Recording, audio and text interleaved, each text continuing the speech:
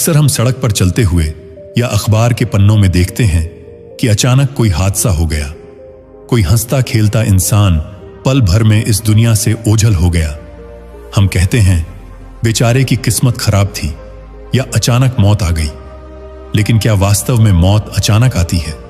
क्या हादसे महज एक संयोग हैं या इनके पीछे कर्मों का वो जटिल जाल है जिसे हमारी नंगी आंखें देख नहीं पाती? गरुड़ पुराण और हमारे प्राचीन ग्रंथ चीख चीख कर कहते हैं कि इस ब्रह्मांड में अचानक जैसा कुछ नहीं होता। एक पत्ता भी बिना वजह नहीं हिलता, तो किसी इंसान का शरीर इस माटी में बिना कारण कैसे मिल सकता है? आज मैं आपको कर्मों के उसी भयानक और विचित्र खेल के बारे में बताऊंगा। और इस चर्चा के बीच में मैं आपको एक ऐसी कहानी सुनाऊंगा जो आज तक आपने नहीं सुनी होगी। एक ऐसी कहानी जो गरुड़ पुराण के किसी पुराने धूल भरे पन्ने में दबी हुई थी, जो इतनी विचित्र है कि सुनने वाले का कलेजा मुंह को आ जाए। संसार में जिसे हम दुर्घटना या हादसा कहते हैं, वह असल में परिणाम है। विधाता के बही खाते में कोई गलती नहीं होती। जब कोई व्यक्ति किसी विमान दुर्घटना में बच जाता है, जबकि उसके बगल वाला यात्री मारा जाता है, तो विज्ञान इसे संयोग कहता है, लेकिन अध्यात्म इसे प्रारब्ध कहता है। गरुड़ पुराण में भगवान विष्णु अपने वाहन गरुड़ को समझाते हैं कि अकाल मृत्यु यानी एक्सीडेंट या हत्या भी असल में उस जीव के कर्मों का ही भुगतान है जो उसने या तो इस जन्म में किए हैं या पिछले कई जन्मों में संचित किए हैं। इसे ऐसे समझिए कि आपने किसी बैंक से कर्ज लिया है। आप शहर छोड़कर भाग गए, अपना नाम बदल लिया, हुलिया बदल लिया, लेकिन बैंक का वसूलने वाला आपको ढूंढ ही लेगा। कर्म वो वसूलने वाला है और हादसा वो पल है जब वो अपना हिसाब चुकता करता है। हादसों की प्रकृति को समझने के लिए हमें समय के चक्र को समझना होगा। कई बार हमें लगता है कि फलां आदमी तो बड़ा धर्मात्मा था, चींटियों को भी आटा डालता था, फिर ट्रक के नीचे आकर इतनी दर्दनाक मौत क्यों मरी? यहीं हम चूक कर जाते हैं। हम केवल उस व्यक्ति की वर्तमान फिल्मी रील देख रहे हैं, जबकि ईश्वर के पास उसकी पूरी फिल्म मौजूद है। हो सकता है आज जो चींटियों को आटा डाल रहा है, उसने पिछले जन्म में किसी का पूरा गांव जलाया हो। वो आग जो उसने तब लगाई थी, आज पहिया बनकर उसके ऊपर से गुजर गई। इसे गति कहते हैं। अब आप अपनी सांसें थाम लीजिए, क्योंकि मैं आपको वो विचित्र कथा सुनाने जा रहा हूं जो प्रमाण है कि हादसे कैसे डिजाइन किए जाते हैं। यह कथा बहुत पुरानी है, उस समय की जब जंगलों में ऋषियों का वास होता था और नगरों में रहस्यमयी व्यापारियों का। एक समय की बात है, उज्जैन नगरी के पास एक घना जंगल था जिसे काल वन कहा जाता था। उस वन के किनारे एक हवेली थी। उस हवेली में एक बहुत बड़ा सेठ रहता था जिसका नाम था गुमान चंद। गुमान चंद जैसा नाम वैसा ही काम, अपार धन, दौलत और सुरक्षा। गुमान चंद को अपनी सुरक्षा का इतना वहम था कि उसने अपनी हवेली को लोहे की दीवारों से घेर रखा था। उसे डर था कि कहीं कोई उसे मार न दे या कोई हादसा न हो जाए। वह न नदी के पास जाता था कि कहीं डूब न जाए, न पहाड़ पर जाता था कि कहीं गिर न जाए। वह आग के पास नहीं बैठता था, यहां तक कि उसने अपनी हवेली में सीढ़ियां भी नहीं बनवाई थीं। उसे डर था कि सीढ़ी से पैर फिसल गया तो हड्डी टूट जाएगी। वह केवल जमीन पर रेंगकर या पालकी में बैठकर चलता था। लेकिन गुमान चंद के जीवन में एक अजीब घटना घटनी शुरू हुई। हर अमावस्या की रात को ठीक 12 बजे उसे अपनी हवेली की छत पर किसी के चलने की आवाज आती थी। थप थप थप, लोहे की छत पर भारी कदमों की आवाज, जबकि ऊपर जाने का कोई रास्ता ही नहीं था। उसने पहरेदारों को खड़ा किया, लेकिन किसी को कुछ नहीं दिखता। बस वो आवाज आती और उसके दिल की धड़कन बढ़ा देती। एक दिन उस नगर में एक अघोरी बाबा आए। उनका रूप बड़ा ही विचित्र था। शरीर पर चिता की भस्म, गले में हड्डियों की माला और आंखों में अंगारे जैसी चमक। गुमान चंद डरता डरता उनके पास गया। उसने कहा, बाबा, मैं बहुत सावधान रहता हूं, मैं चींटी को भी नहीं मारता, फिर भी मुझे लगता है कि मेरी मौत मेरा पीछा कर रही है। वो छत पर कौन चलता है? अघोरी ने अपनी लाल आंखों से गुमान चंद को देखा और जोर से हंसा। उसकी हंसी सूखी लकड़ियों के टूटने जैसी थी। अघोरी बोला, मूर्ख, तू लोहे की दीवारों में छिप सकता है, लेकिन अपने कर्मों से नहीं। जिसे तू छत पर सुनता है वो कोई भूत नहीं, वो तेरा पिछला कल है जो अब आज बनकर तेरे सिर पर नाच रहा है। गुमान चंद ने कांपते हुए पूछा, मैंने क्या किया है बाबा? मुझे तो कुछ याद नहीं। अघोरी ने अपनी झोली से एक मिट्टी का स्कोरा निकाला और उसमें थोड़ा पानी डाला। उसने कहा, इसमें देख। गुमान चंद ने जैसे ही पानी में देखा, उसे एक दृश्य दिखाई दिया। दृश्य इतना भयानक था कि गुमान चंद की रूह कांप गई। उसने देखा कि पिछले जन्म में वह एक बड़ा शिकारी था। एक दिन उसने जंगल में एक गर्भवती हिरणी का पीछा किया। हिरणी अपनी जान बचाने के लिए एक पुरानी गुफा में घुस गई। गुमान चंद शिकारी ने उस गुफा के मुहाने पर एक भारी चट्टान लुढ़का दी और गुफा को बंद कर दिया। हिरणी अंदर तड़पती रही, हवा के लिए, पानी के लिए। उसने पत्थरों पर सिर पटक पटक कर जान दे दी, लेकिन मरने से पहले उस हिरणी ने जो आखिरी आवाज निकाली थी वो एक श्राप की तरह ब्रह्मांड में गूंज गई। अघोरी ने पानी हिलाया और दृश्य गायब हो गया। वह बोला, तूने उस जीव का रास्ता रोका था, तूने उसे बंद करके मारा था। इस जन्म में तूने खुद को लोहे की दीवारों में बंद कर लिया है। तू सोचता है तू सुरक्षित है, तूने अपनी ही गुफा बना ली है गुमान चंद। और वो हिरणी अब काल बनकर आ रही है। लेकिन सुन, तेरी मौत किसी हथियार से नहीं होगी, न बीमारी से होगी। तेरी मौत ठीक वैसे होगी जैसे तूने उसे दी थी, एक अनजान बोझ से। गुमान चंद पसीने से तरबतर हो गया। उसने पूछा, बचने का कोई उपाय? अघोरी ने कहा, कर्म का तीर कमान से निकल चुका है, लेकिन अगर तू अपनी सारी दौलत दान कर दे और उस गुफा को खोज कर खोल दे तो शायद दर्द कम हो जाए। गुमान चंद कंजूस था। उसे लगा बाबा पाखंडी है, दौलत ठगना चाहता है। वह वहां से भाग आया। उसने अपनी सुरक्षा और बढ़ा दी। उसने छत को और मोटा करवा दिया। उसने सोचा, अब ऊपर से कुछ नहीं गिरेगा। दिन बीते, महीने बीते। गुमान चंद को लगा कि वह बच गया। एक दोपहर मौसम बड़ा सुहावना था। गुमान चंद अपने आंगन में बैठा मखमल की गद्दी पर अंगूर खा रहा था। आसमान बिल्कुल साफ था, न बादल, न आंधी, न तूफान, सब कुछ शांत था। तभी आकाश में बहुत ऊपर, बादलों से भी ऊपर, एक गरुड़ पक्षी उड़ रहा था। ध्यान दें, गरुड़ पुराण की शैली में गरुड़ का आना सांकेतिक है। उस गरुड़ के पंजों में एक कछुआ था जिसे उसने किसी झील से पकड़ा था। कछुआ बहुत भारी था और उसका कवच पत्थर जैसा सख्त था। गरुड़ उस कछुए को ले जा रहा था ताकि किसी चट्टान पर पटक कर उसे तोड़ सके और खा सके। ठीक उसी वक्त जब गरुड़ गुमान चंद की हवेली के ठीक ऊपर से गुजर रहा था, कछुए ने अपनी जान बचाने के लिए गरुड़ के पंजे में काट लिया।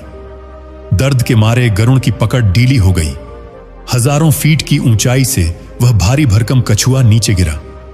विज्ञान के हिसाब से देखें तो इतनी ऊंचाई से गिरने वाली वस्तु की गति गोली से भी तेज हो जाती है। नीचे गुमान चंद निश्चिंत बैठा था। उसने लोहे की दीवारें बनवाई थीं, छत मोटी करवाई थी, लेकिन उसका आंगन खुला था ताकि धूप आ सके। उसे लगा था कि खुला आसमान कभी धोखा नहीं देता। एक सनसनाती हुई आवाज आई, शुभ। इससे पहले कि गुमान चंद ऊपर देखता, वह कछुआ उल्का पिंड की तरह सीधे उसके सिर पर गिरा।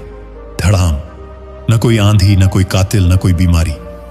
एक साफ सुथरे दिन अपने सबसे सुरक्षित किले में गुमान चंद मारा गया। उसका सिर वैसे ही कुचला गया जैसे उस गुफा में हिरणी का सिर पत्थरों से टकराकर कुचला था। यह कहानी हमें क्या सिखाती है? पुलिस की फाइलों में यह एक अजीब हादसा, फ्रीक एक्सीडेंट लिखा गया होगा। लोग कहेंगे, अरे कितना बुरा हुआ, ऊपर से कछुआ गिर गया। लेकिन ज्ञानी जानता है कि वह कछुआ वहां अचानक नहीं गिरा था। उस कछुए का वजन, हवा की गति, गरुड़ का वहां से गुजरना, गुमान चंद का उसी पल आंगन में बैठना, यह सब उस डेटा का मिलान था जो कर्म के सुपर कंप्यूटर ने तय किया था। हिरणी की तड़प ने एक ऐसी परिस्थिति का निर्माण किया जिसे टालना असंभव था। अब वापस आते हैं अपने मुख्य विषय पर। हादसे वास्तव में ऊर्जा का संतुलन है। जब हम किसी के साथ बुरा करते हैं तो हम एक ऋणात्मक ऊर्जा, नेगेटिव एनर्जी पैदा करते हैं। यह ऊर्जा खत्म नहीं होती। यह हमारे चारों ओर एक अदृश्य बादलों की तरह मंडराती रहती है। एक्सीडेंट और कुछ नहीं, बस उस बादल का फटना है। आपने कई बार सुना होगा कि बस खाई में गिर गई, 50 लोग मर गए। मन में सवाल उठता है, क्या उन 50 के 50 लोगों का मरने का समय एक ही था? गरुड़ पुराण के अनुसार हां, इसे सामूहिक कर्म कहते हैं। जब कई आत्माएं जिनके कर्म एक जैसे, मान लीजिए पिछले जन्म में वो सब एक ही सेना के सैनिक थे जिन्होंने मिलकर किसी गांव को लूटा था, होते हैं, तो प्रकृति उन्हें एक ही बस, एक ही ट्रेन या एक ही विमान में इकट्ठा करती है। उनका एक साथ यात्रा करना संयोग नहीं, एक समन है। ड्राइवर की गलती तो बस एक निमित्त, बहाना बनती है। हमारे बुजुर्ग कहते थे, बेटे संभल कर चलना, वक्त खराब है। असल में वक्त खराब नहीं होता, हमारे कर्मों का पकने का समय आ गया होता है। लेकिन क्या हादसों से बचा जा सकता है? क्या इस लिखे हुए लेख को बदला जा सकता है? हमारे शास्त्रों में इसका भी विधान है। इसे कहते हैं कर्म काटना। जैसे लोहे को लोहा काटता है, वैसे ही कर्म को कर्म काटता है। अगर आपको पूर्वाभास हो रहा है या कुंडली में अकाल मृत्यु का योग है, तो दान और जप वो ढाल हैं जो उस वार को रोक तो नहीं सकती, लेकिन उसकी दिशा मोड़ सकती है। मान लीजिए आपके कर्मों में लिखा है कि आज आपका पैर टूटना है। यह एक बड़ा हादसा है। लेकिन अगर आपने हाल ही में कोई बहुत पुण्य का काम किया है, किसी प्यासे को पानी पिलाया है या किसी बेजुबान जानवर की जान बचाई है, तो वह पुण्य बीच में आ जाएगा। होगा यह कि आप गिरेंगे जरूर, लेकिन पैर टूटने की जगह सिर्फ खरोंच आएगी। हादसा हुआ, लेकिन उसका प्रभाव सूली से कांटा बन गया। इसे ही कहते हैं भगवान की कृपा। आजकल की युवा पीढ़ी तेज रफ्तारी में गाड़ियां चलाती है। वे कहते हैं जो होगा देखा जाएगा। यह अज्ञानता है। वे यह नहीं समझते कि वे अपनी गति, स्पीड नहीं बढ़ा रहे, बल्कि अपनी मृत्यु को निमंत्रण दे रहे हैं। जो यमराज धीरे धीरे आने वाले थे, आप एक्सीलरेटर दबाकर उनकी ओर तेजी से भाग रहे हैं। सड़क पर पड़ा हुआ पत्थर आपको नहीं गिराता, आपका ध्यान आपको गिराता है। और ध्यान को कौन भटकाता है? वो अदृश्य शक्तियां जो हिसाब बराबर करना चाहती हैं। आपने देखा होगा, कई बार एक्सीडेंट के बाद ड्राइवर कहता है, मुझे पता नहीं क्या हुआ, अचानक मेरी आंख लग गई, या मुझे सामने कुछ काला सा दिखा था। ये वो पल है जब बुद्धि हर ली जाती है। महाभारत में भी कहा गया है, विनाश काले विपरीत बुद्धि। यानी जब विनाश का समय आता है, तो सबसे पहले इंसान की बुद्धि उल्टी हो जाती है। वह ब्रेक की जगह रेस दबा देता है। एक और बहुत रहस्यमयी बात जो संतों के मुख से सुनी गई है, स्थान का महत्व।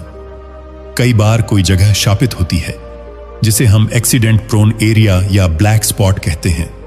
विज्ञान कहता है वहां सड़क की बनावट गलत है, लेकिन तांत्रिक कहते हैं कि वहां की मिट्टी प्यासी है। हो सकता है वहां सदियों पहले कोई नरसंहार हुआ हो। वह भूमि खून मांगती है, और जो भी उस रास्ते से गुजरता है, जिसका आभा मंडल ऑरा कमजोर होता है, वह उस स्थान की ऊर्जा का शिकार हो जाता है। इसलिए हमारे बड़े बुजुर्ग कहते थे कि श्मशान के पास से या वीरान चौराहों से गुजरते वक्त राम नाम जपना चाहिए। यह अंधविश्वास नहीं, ध्वनि विज्ञान, साउंड साइंस है। मंत्रों का कंपन आपके चारों ओर एक कवच बना देता है, जो बाहरी नकारात्मक ऊर्जा को टकरा कर लौटा देता है। गुमानचंद की कहानी हमें यह भी बताती है कि भय, डर मौत को सबसे जल्दी बुलाता है। गुमानचंद डरता था, इसलिए उसने मौत के बारे में इतना सोचा कि उसने मौत को मैनिफेस्ट कर लिया। जब हम हर वक्त एक्सीडेंट के बारे में सोचते हैं, तो हम ब्रह्मांड को यह संदेश भेजते हैं कि हम इसके लिए तैयार हैं। इसलिए निडर होकर जीना चाहिए, लेकिन सावधानी के साथ। अब मैं आपको हादसों के एक और विचित्र रूप के बारे में बताता हूं, जिसे संकेत कहते हैं। कोई भी बड़ा हादसा होने से पहले प्रकृति हमें इशारे देती है। यह गरुड़ पुराण का एक बहुत गहरा अध्याय है। घर से निकलते वक्त अगर बार बार रुकावट आए, कपड़े कहीं फंस जाएं, कोई पीछे से टोक दे, या मन में अकारण ही बहुत भारीपन महसूस हो, तो यह आपकी अंतरात्मा, जो समय से परे देख सकती है, आपको चेतावनी दे रही है। उस समय रुक जाना चाहिए। 2 मिनट की देरी आपकी जान बचा सकती है। वह 2 मिनट का अंतराल उस गणित को बिगाड़ देता है जो काल ने आपके लिए रचा था। एक छोटी सी घटना और सुनिए जो कर्मों के इस ताने बाने को और साफ कर देगी। एक गांव में एक लड़का था, नाम था बिरजू। बिरजू बहुत शरारती था। बचपन में उसे एक शौक था पतंग उड़ाने का, लेकिन वह अपनी मांझे डोर में कांच पीस कर लगाता था। उसे दूसरों की पतंग काटने में मजा आता था। कई बार उसकी कटी हुई पतंग और मांझा पेड़ों पर लटक जाता था। एक दिन उसकी मांझे में फंसकर एक कबूतर का पंख कट गया और वह तड़प तड़प कर मर गया। बिरजू हंसा और चला गया। 20 साल बाद बिरजू अब शहर में एक बड़ा इलेक्ट्रिशियन बन गया था। वह बिजली के खंभों पर चढ़कर काम करता था। एक दिन वह एक बहुत ऊंचे खंभे पर काम कर रहा था। उसने सेफ्टी बेल्ट बांध रखी थी। वह पूरी तरह सुरक्षित था। तभी कहीं से एक कटी हुई पतंग हवा में लहराती हुई आई। उस पतंग का मांझा हवा के झोंके से बिरजू की गर्दन के पास से गुजरा। वह मांझा चाइनीज मांझा था जिसमें धातु और कांच होता है। बिरजू ने उसे हटाने के लिए हाथ बढ़ाया, लेकिन उसका संतुलन बिगड़ा। वह नहीं गिरा क्योंकि बेल्ट थी, लेकिन उस मांझे ने उसकी गर्दन की नस को छू लिया। हैरानी की बात यह थी कि वह पतंग वहां कैसे आई, इतनी ऊंचाई पर। ठीक उसी वक्त वह कबूतर का बदला था। कर्म घूमकर वापस आया था, रूप बदलकर। पतंग काटना उसका शौक था, पतंग ने ही उसे काट दिया। इसे कहते हैं जैसा बीज वैसा फल। मित्रों, यह शरीर एक किराए का मकान है और सांसें वो किराया हैं जो हम हर पल चुका रहे हैं। हाथ से कोई गलती नहीं है। यह उस प्रशासन ईश्वर की कार्रवाई है जब हम नियमों का उल्लंघन करते हैं। सड़क के नियम तोड़ोगे तो पुलिस चालान काटेगी और कुदरत के नियम तोड़ोगे तो यमराज चालान काटेंगे। फर्क सिर्फ इतना है कि पुलिस का चालान पैसों से भरा जा सकता है, यमराज का चालान शरीर से भरना पड़ता है। तो फिर उपाय क्या है? कैसे बचें इन खौफनाक हादसों से? पहला उपाय, जागरूकता। हर पल होश में रहें। जो होश में है उसे काल भी आसानी से नहीं छू सकता। दूसरा उपाय, करुणा। जीव मात्र पर दया करें। जब आप किसी की जान बचाते हैं तो आप अपनी उम्र के बैंक खाते में बोनस जमा कर रहे होते हैं। तीसरा उपाय, क्षमा। अगर किसी ने आपका बुरा किया है तो उसे माफ कर दें। बदला लेने की भावना एक ऐसा भारी पत्थर है जिसे आप अपनी छाती पर लेकर चल रहे हैं। यह बोझ आपको डुबो सकता है। अंत में मैं बस इतना कहूंगा, अगली बार जब आप सड़क पर चलें या किसी सफर पर निकलें तो यह मत सोचिए कि आप अकेले हैं। आपके आगे पीछे आपके कर्म चल रहे हैं। अपनी गाड़ी की स्टीयरिंग व्हील के साथ साथ अपने मन की स्टीयरिंग भी सही दिशा में रखें, क्योंकि सावधानी हटी दुर्घटना घटी। केवल सड़क का नियम नहीं, जीवन का महामंत्र है। कर्मों की गति न्यारी है। इसे संतों ने भी नहीं समझा। हम और आप तो साधारण मनुष्य हैं। बस इतना याद रखें, जो बोया है वही काटना पड़ेगा, चाहे वह आज कटे या 100 साल बाद, चाहे वह बीमारी बनकर आए या हादसा बनकर। गुमान चंद की तरह खुद को लोहे के पिंजरे में बंद मत कीजिए, बल्कि अपने कर्मों को इतना उज्जवल कीजिए कि अगर मौत सामने खड़ी भी हो तो वो आपको एक हादसा न लगे, बल्कि एक विश्राम लगे। क्योंकि पापी के लिए मौत एक भयानक हादसा है और पुण्यात्मा के लिए मौत एक मीठी नींद है। राम राम।